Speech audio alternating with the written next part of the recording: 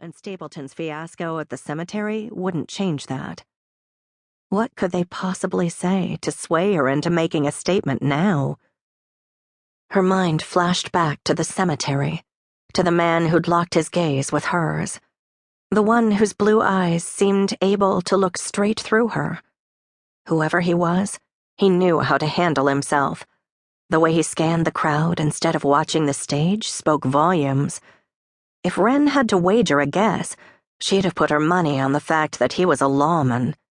And that meant she'd employ a wide berth in the opposite direction. As if the police have nothing better to do than to bother us. Take the gentleman's card, please, and tell him we'll be in touch. Wren returned to writing an address on her envelope.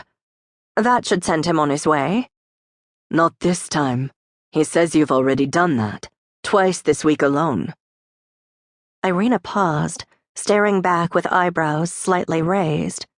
Well? Wren's stomach started to sink. It wasn't like Irina to be so coy about anything. Then what does he want when he should already know our answer?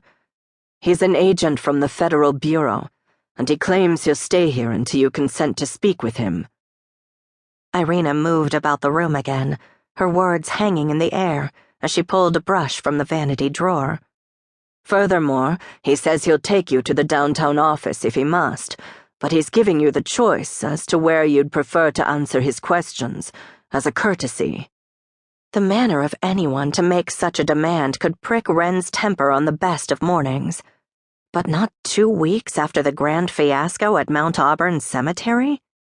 She had nothing to do with Stapleton's public failure, except to feel that the man had brought ruin raining upon himself and now could stew in it. He said it was a courtesy. Right before I left him in the entry. Irina tipped her head toward the door that led to the hall. He's waiting there now. Wren dropped her pen and stood. Irina, stop. The unwelcome sensation of fear pricked at her spine. In the 10 years we've worked together, you've never been this insistent. Tell me, what's happened? Irina moved around to the side of the bed and set down an unbuttoned linen shirt and tuxedo jacket. He knows who you are, Wren. I have no idea how, but he knows. Wren swallowed hard and looked down at the soft ivory sweater and paisley drop-waist skirt she wore. They were airy and feminine, things she desperately wanted to feel, rather than having to put on the street costume and play her part of the eccentric illusionist while inside her own home. How can you be so sure?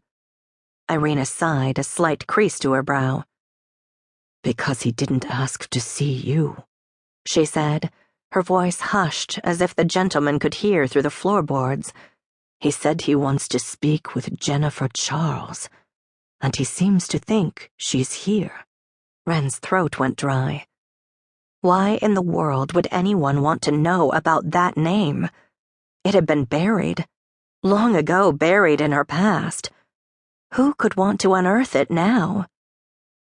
I see, she managed, though the words came out on a rough whisper. One last look at the invitation on top of the stack. It would have to wait yet again. She crossed the room, ready to do battle if that's what lay ahead. Make sure all of the doors are locked down the length of the hall. Wren straightened her spine. And see that things aren't disturbed upstairs. I'll do my best to get rid of him. When I pull the cord in the library, you'll know he's ready to leave. And quickly. Of course. Time to go to work. She swept up the costume from the bed. Oh, and Irina? Make him wait.